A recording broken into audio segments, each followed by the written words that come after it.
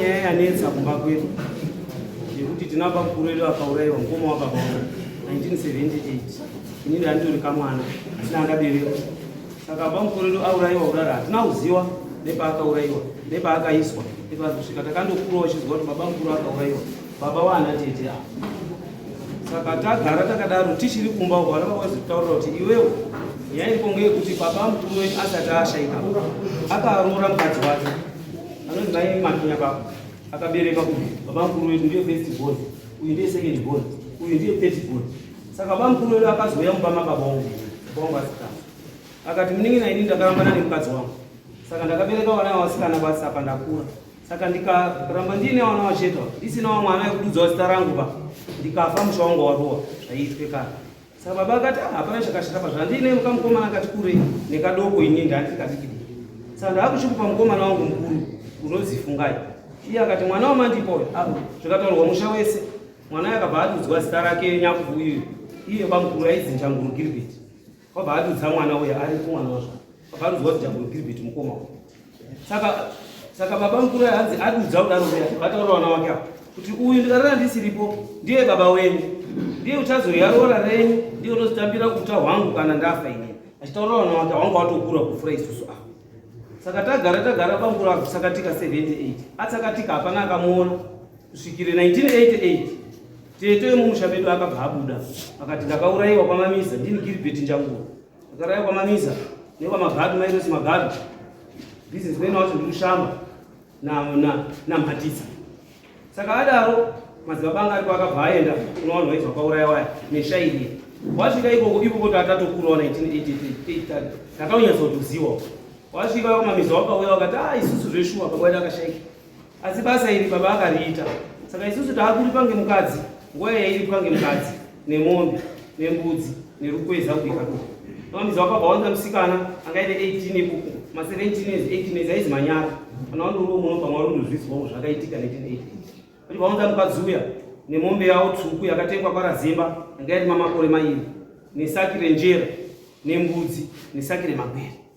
Musi wekuti njera yakuda kunyikwa kuti zvichibikwe doro riye shairi akadaidzira vanhu vese vakaungana kuti vari yese kwedu vakaungana vaungana vanhu vaya shairi rakabuda rikati ini ndonzi Gilbert Njanguru ndakaurayiwa ndini ndakuripwa ndasi asi inimi waning'ina wangu hamuna chamunobata papa mukadzi wandaripiwa. Ndiri kupasa zita wangu uya andakasiya ndakumbira ndiri mupenyu kuti ndini Gilbert ndikakumbira mwana uya ngaasimuke mwana amira. Mukoma wangu yanga atokura ngama 22 years 20 years amira ndandiroka mukomana utainodawo musikana asi atisiripo pakachikamu. Saka zvadaro mukoma akabhatiwa mukadzi uya ngeshai vanekumamiza yawo varipo hama dzese vanatete vese varipo. Baba munini ari mumusha medu same mother different fathers ndiye wandakamhanga. Baba munini akasimuka akati mukoma iwe wakaurayiwa azviiti kuti mukadzi wawaripiwa unope mwana ngekuti mwana. Baba munini akabva atokonya mwana mukoma wanga waripo wemudumbu mumwemo nababa wangu anova baba wangu nemunini wa baba wangu anonzi Mabhidzi. Vakati shuwa azviiti baisusu ndisinotora mukadzi. Shairi rakabva rati pana tete zvamutaura azviiti asi akatokonya ndi baba munini uya same mother different fathers ndiye akada mukadzi ino. Zvikazi ngeshai zvamutaura azviiti ba iwewe famba wano mukadzi hautoriba iwe uri unditonga waramba futi mombe ndati ndiri kuida mombe kuti ndiripiwe ukati kamombe akakwaniba kadoko honde bhara ikwaniba kudya tingoda zigwaimana dzemanyaka kadai. Shairi kati ndakafa ndiri mukono ana kuraiwa ndiri gwaimana pa. Shairi yakabva rati zvamanyima munhu wangu wandakasiya ndabvisa zita rekuti Gilbert Njanguru inini mukadzi inini kubva nhasi 1988 handichabudi. Iwewe ndiwe uchachibuda, iwewe ndiwe waamudzimu, ndiwe chironga. Shuwa shairi pana tete kuti atakura wese vanhu hama dzemabusiness dzakazviona. Shairi rakabvara husira kugara. Raenda kumamizi wanga yakoti pamukadzi yako wazvitondendendende. Wabva watoba mukadzi uya watoenda. Sezvo kumamizi wanga wafara kuti mukadzi wedu mwana wedu atari pangozi apiwe jaha ane kope mutara. Saka kumamizi wanga watoba mwana watoenda naye. Mombe iya uyu vamini uya same mother different father ndiye akarambisisa mombe ya. Mombe yabva yadzoka kwarazimba. Notora zimba na maana zimba shuri pano wakatopasara zimba akatonga ng'ombe kuti ng'ombe yandiri kotenga wakoshada kutengesa iwe usirishaiba undirambira. Ng'ombe yakabva yadzoka. Yadzoka mombe iya takabva tasaka mombe takasara nenjera 6 buckets nemagwere neblanket dzakaunza kamamisa neimba yangu wawaka yemiti ingowaki wangozi dzizvikwapa zvese taimboona. Zvadaro baba akatora blanket rengozi riya wakotengesa kuMozambique kushinjana nebanje. Baba akatora 6 buckets dzenjera dziya kwakubika mugobera doro riya ngo 7 days achitengesa. Magwera akatora achitengesa kune murume unozisangwenya achibapera mbudzi akatora akatengesa. Vana baba waimubvunza unenyena vari kuita izvi ndizvo here? Baba akazvika ndawazodikanwa ndinozokupa. Saka bamini uyu chikamuchiya chapera 1988 chikamuchiya chapera 1988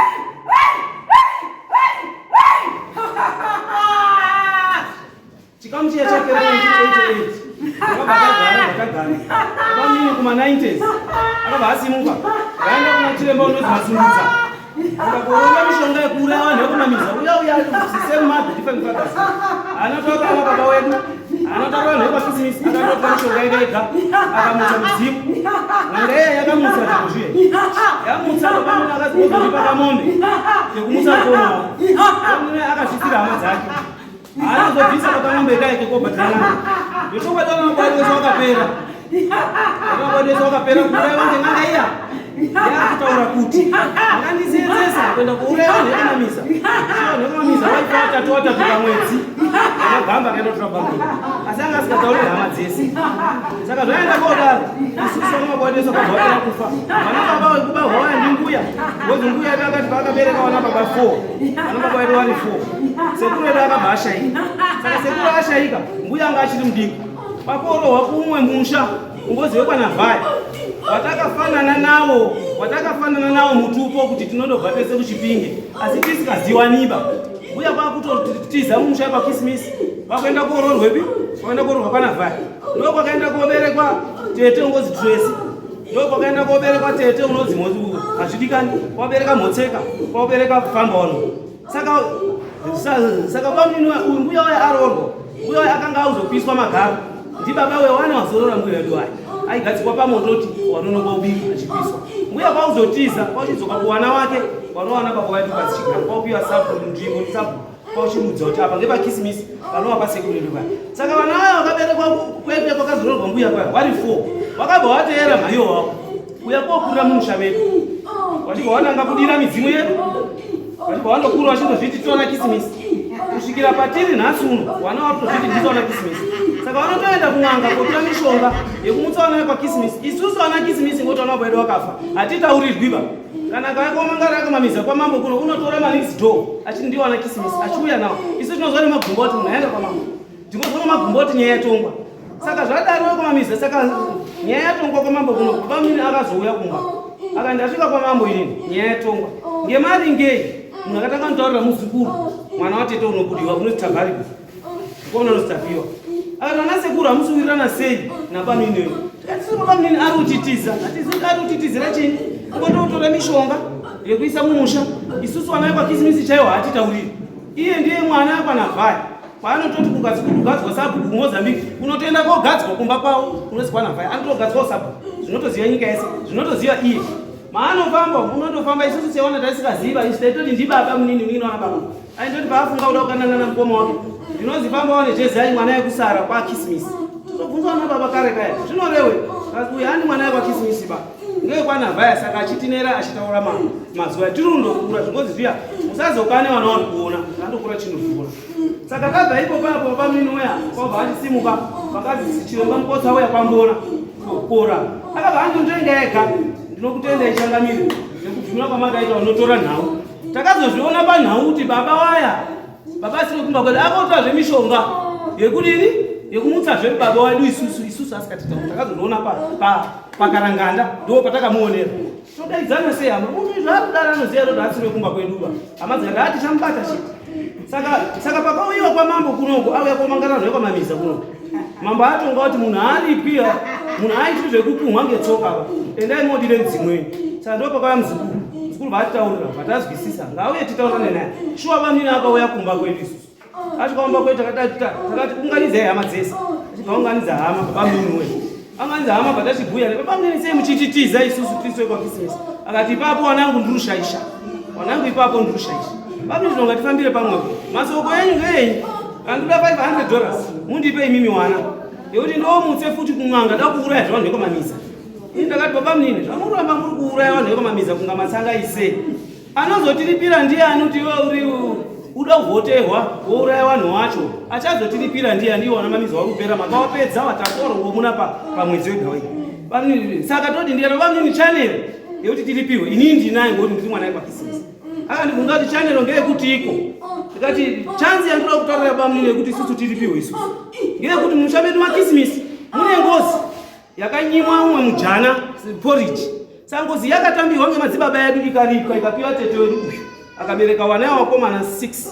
ngozi inonzi bhandi saka takairipira zvese asi wana baba wakazopisa mabhasikiti acho maringe nekuti babamnini uya wekwajezi ainabva uya aitakanesana mukoma wake aenda kobata tete wedu uya akaripiwa ngozi muoko nebhasikiti handigari nechikwambo chekwakrisimisi ba ndaneta kugara nacho sezvo iye ari yaiti ndiri kubudiwa ndicho asi aiuya pamba pedu 2.5 pagore achiyakotura bhasikiti nateto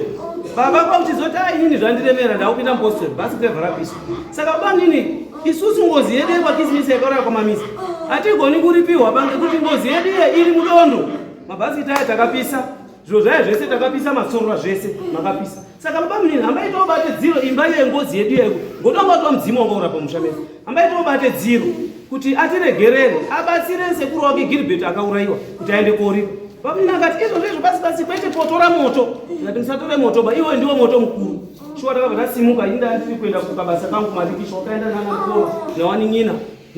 nateto tikoye kwakubata dziro riya asi munomo ndakataura babamnini ngekuti kana mabata dziro rengozi yedu tikagadzirisa ngozi yedu zviro zvedu zvese zvakafamba zvakanaka nyangwe ndiri mwana kuti ini ndiri kwakrisimasi shuwa babamnini akasvika akabata abata dziro riye akabva ataurira vasukuru wana kuti ndabatira dziro rechikwambo chenyu ndinoda kubata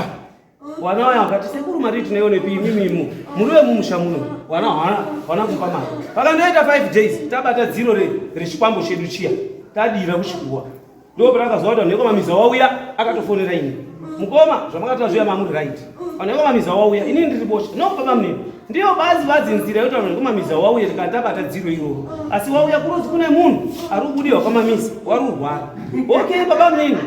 chiitai kuti mudzimu uri kubudiwa kwamamiza kwakaurayiwa hama yedu isusu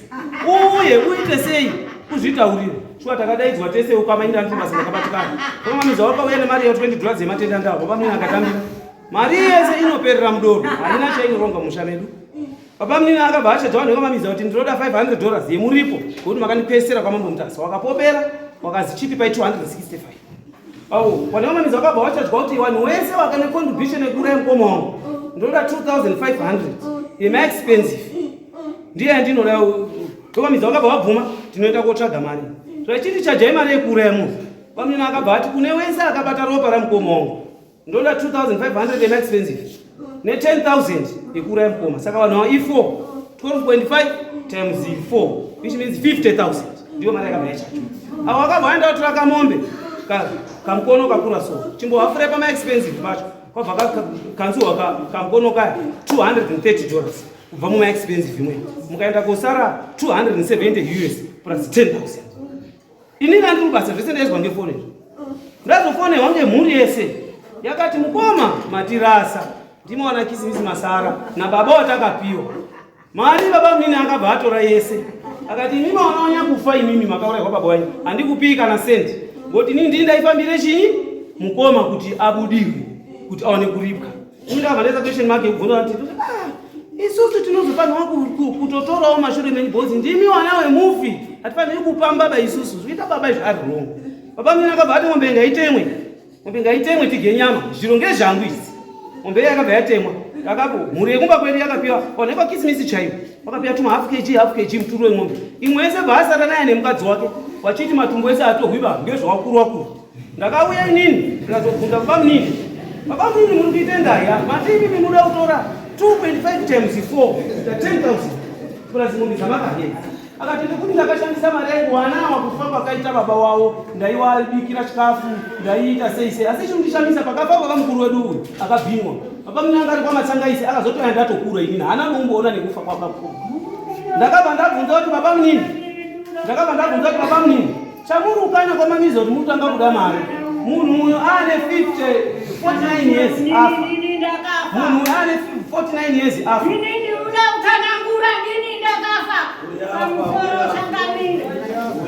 pane pandaita kutaura mbichana basi uyo anodiudiwa haazikuziva nepane makodo akeba ndiyo handazi yake kumba kuya kusiri kumba kweduba saka zviri kuitwa zvekuronga haazikuziva nepane makodo ake pa 49 years mutsvakaisa igara yapa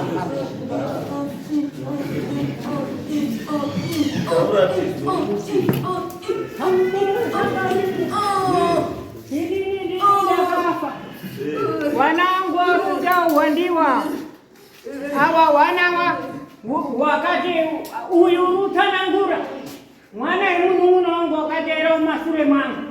nindi ndakatanga kufa ndindakatanga ubawa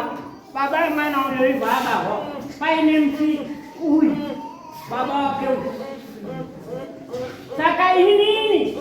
ndini ndakauraiwa ngevanhu vekwamamiza wakanditengesa pamushamba ndipo wakanditengesa kuti inini ndi uyu zviri utsananguhwa zvese kwakubatira pamusoro muri dzemhosva ndiripo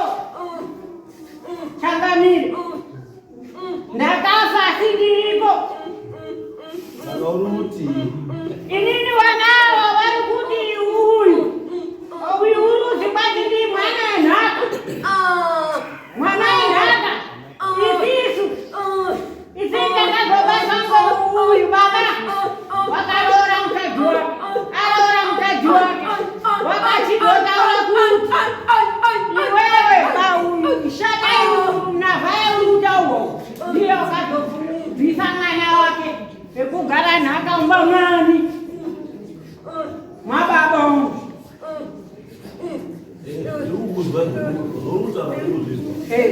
asi patimukokana newe ndetokuti kana iwewe usiriwe pakisimusi uriwe kwanavhaya handire kwakunavhaya ngoti ndiriwe pakisimusi ngoti baba vangu vakaroora vakazopa uyu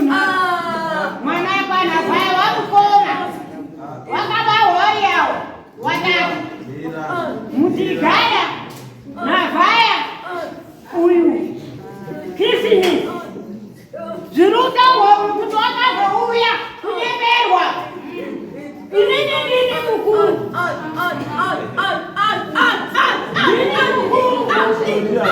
uya ndimuziva ngavuyataure ngavuyataure kuti ndiyani ndiye ndakatanga uzokudira uye kuti inini ndizouye ndakatanga kuda pane mukadzi baba vake vakutiteta baba vake ndiyo katiteta kuti uye mukadzi uyo ndiyo katibvira ndekekona ndakasonge mukadzi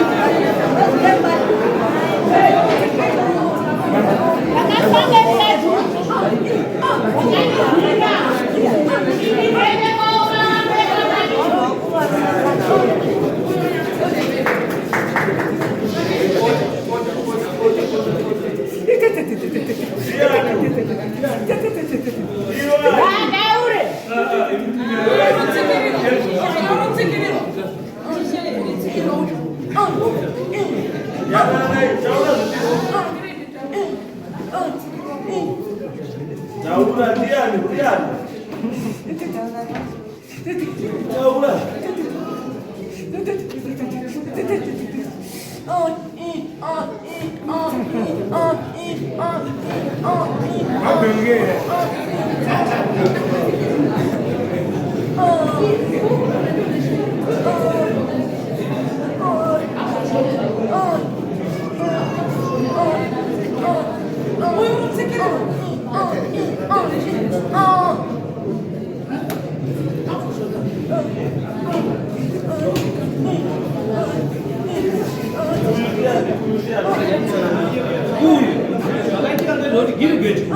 akaenda kobuda kumusha pana vai kuya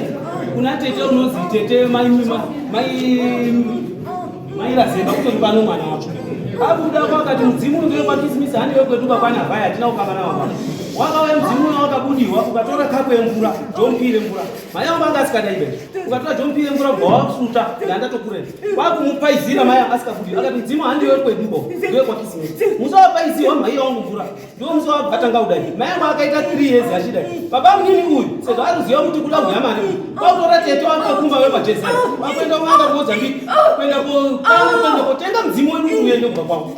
saka ndozva muri kuona ndikukura imi makangozvepishangamire mudzimu ungoti inini ndakabarwa ndiniki akafa akaurayiwa ndiye baba mukuru wedu mukoma wababa wangu asi uye akaura pachiwanhu kuti ndini ndakafa ndini mukuru ndini ndakati hamusi kuona were wadare kuti tobiwa were wakomana biwa waimosvero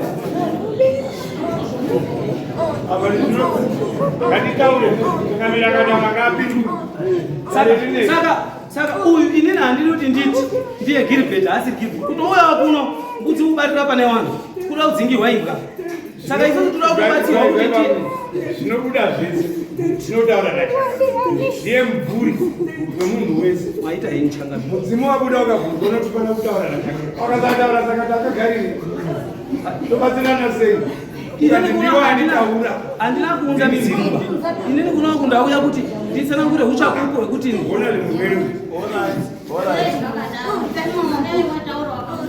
izwai inini chandabata inini pazvinhu zviri kuitika pavanhu vairi ava ndabata chinhu wani mudzimu haubudi kudzimba mbiri dzakasiyana mudzimu unobuda kana wabuda kumusha kwawo ndokwaunobuda haubudi kusiri kumusha kwawo chandinoziva inini ndechekuti kana pakaita baba anzwa baba akarora mukadzi wake ane mwana wake mwana iyeye haazoiti zvinhu zvokumirira dzinza hakuna mubva ndiripo hamiri dzinza mubva ndiripo hamiriri dzinza iro dzinza riripo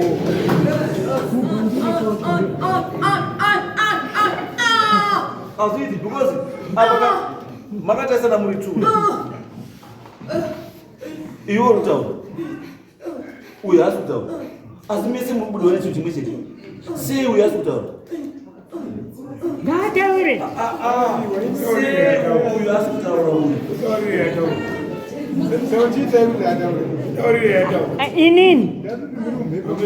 inini handitaurira nenenane iye uruti kwazi ndiri mudzimu wemakhisimisi ngataure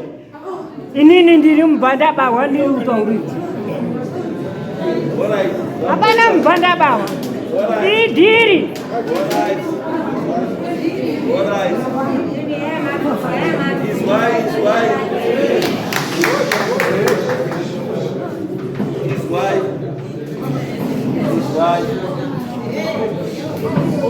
tunombokumbira imimi muri idzo dzidzi imimi chimboendai pasi pemutabo